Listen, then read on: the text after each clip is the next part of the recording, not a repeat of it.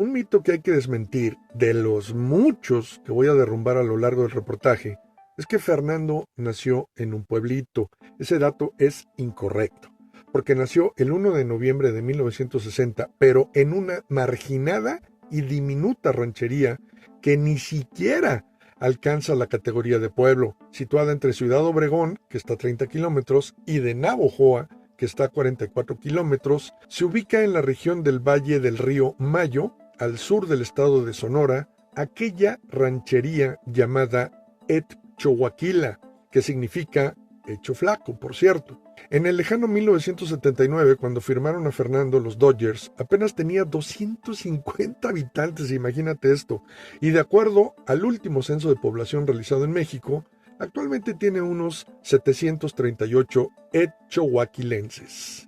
Una anécdota graciosa de Fernando Valenzuela es que en realidad su apodo de niño pues no era el Toro.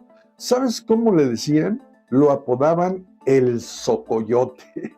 Este término se usa popularmente en Sonora para referirse al hijo menor de una familia, que como tal lo era Fernando. Ya estando en grandes ligas con los Dodgers, los aficionados comparaban a Fernando con un toro de lidia por su corpulencia, estatura de 1,80 m y aquella mirada temeraria que no se achicaba ante nadie. Fue entonces cuando en 1981, un diario que se publicaba en forma vespertina entre semana y los fines de semana matutinamente, llamado Los Angeles Herald Examiner, lanzó una encuesta pues para decidir cómo querían apodarle los aficionados a Valenzuela.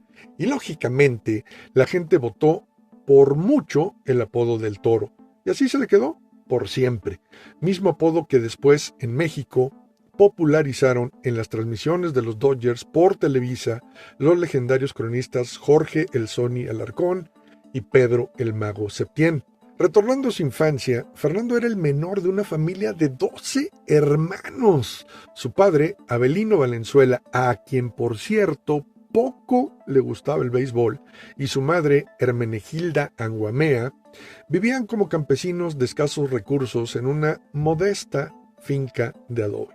Don Avelino no ganaba suficiente dinero de cultivar su tierra en el desértico campo de Sonora, donde le ayudaban sus hijos, incluyendo a Fernando.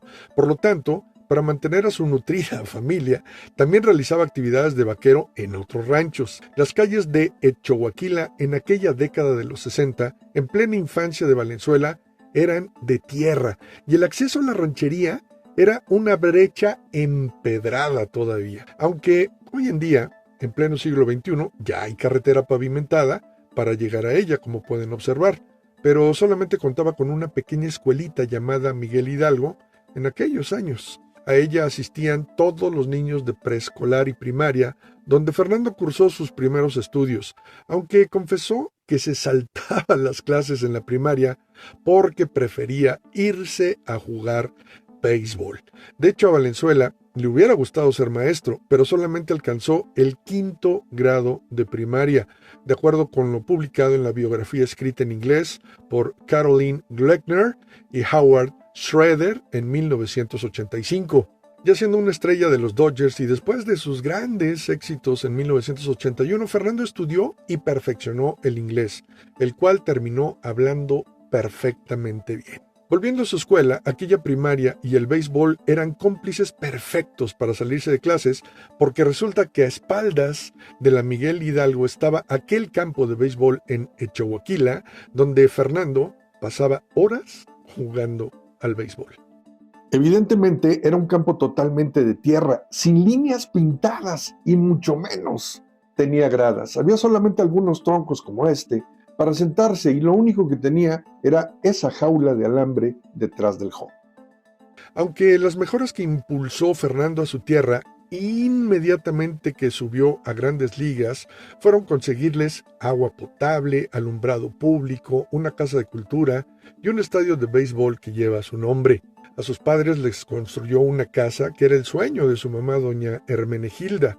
Fernando contrató al arquitecto Vladimiro Samaniego Valenzuela, oriundo de Empalme, Sonora, quien había construido la presidencia municipal de Navojoa.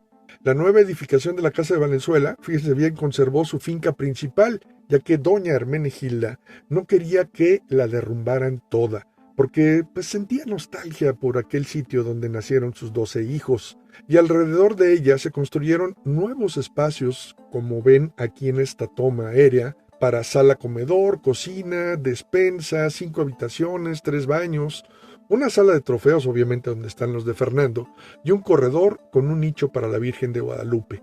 Le costó, al final, la construcción a Fernando 3 millones de pesos. Don Avelino falleció lamentablemente en 1988, un pasaje que fue muy duro en la vida de Fernando, pero Valenzuela recibió mucho apoyo de todo México, en especial de sus amigos Julio César Chávez, el César del boxeo, y del cubano Mike Brito, quienes aparecieron en Ed Choaquila para darle el pésame.